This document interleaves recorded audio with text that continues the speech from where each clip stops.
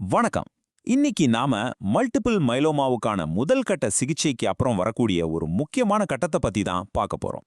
வாங்க, இது என்னன்னு கொஞ்சம் விளக்கமா தெரிஞ்சுக்கலாம். நீங்க உங்க முதல் சுற்று சிகிச்சைய முடிச்சிட்டீங்களா? அப்போ அடுத்து என்ன நடக்க போகுதுன்னு ஒரு யோசனை இருக்கும் இல்லையா? உங்க சிகிச்சை பயணத்துல அடுத்த முக்கியமான ஸ்டெப் என்னன்னு தெரிஞ்சுக்க இதுதான் சரியான நேரம். முதல்ல பராமரிப்பு சிகிச்சைனா என்னன்னு சிம்பிளா பாத்திரலாம். இது உங்க ஆரம்பகட்ட சிகிச்சைக்கு பிறகு நோய் திரும்பவும் வராம இருக்கிறதுக்காகவோ அல்லது வர்றதை தாமதப்படுத்தவோ கொடுக்கப்படுற ஒரு தொடர் சிகிச்சை.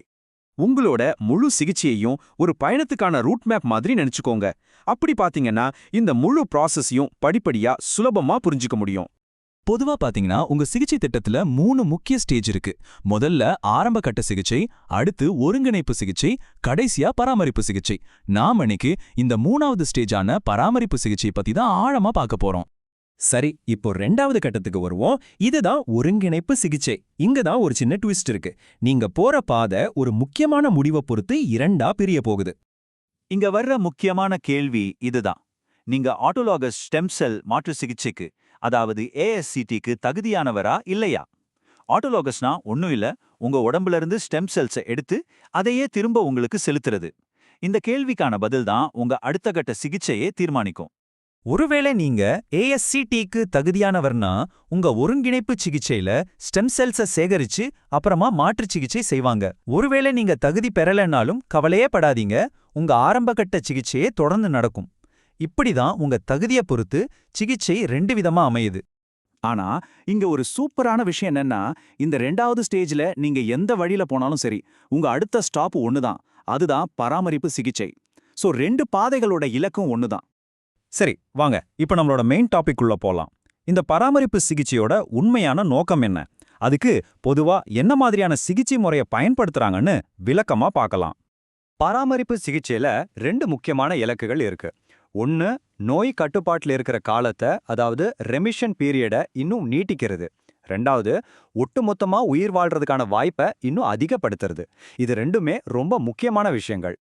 வழக்கமா பராமரிப்பு சிகிச்சைக்கு ரிவ்லிமிட் அப்படிங்கிற மருந்து தான் ஸ்டாண்டர்ட் சிகிச்சையா இருக்கு. இது ஒரு வாய் வழியா எடுத்துக்கிற மருந்து. இதை தெரிஞ்சு வச்சுக்கிட்டா உங்களுக்கு சிகிச்சையை பத்தி இன்னும் தெளிவான ஐடியா கிடைக்கும். பாருங்க, எந்த ஒரு நீண்ட கால சிகிச்சையை எடுத்துக்கிட்டாலும் அதுல நன்மைகளும் இருக்கும், சில பக்க விளைவுகளும் இருக்கும்.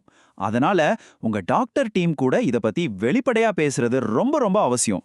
நம்ம சோர்ஸ்ல சொல்ற மாதிரியே சாத்தியமான நன்மைகள் மற்றும் அபாயங்கள் குறித்து உங்கள் மருத்துவரிடம் விவாதிப்பது முக்கியம். இது நீங்களும் உங்க டாக்டரும் சேர்ந்து எடுக்க வேண்டிய ஒரு கூட்டு முடிவு. இப்போ நம்ம கடைசி பகுதிக்கு வந்துட்டோம்.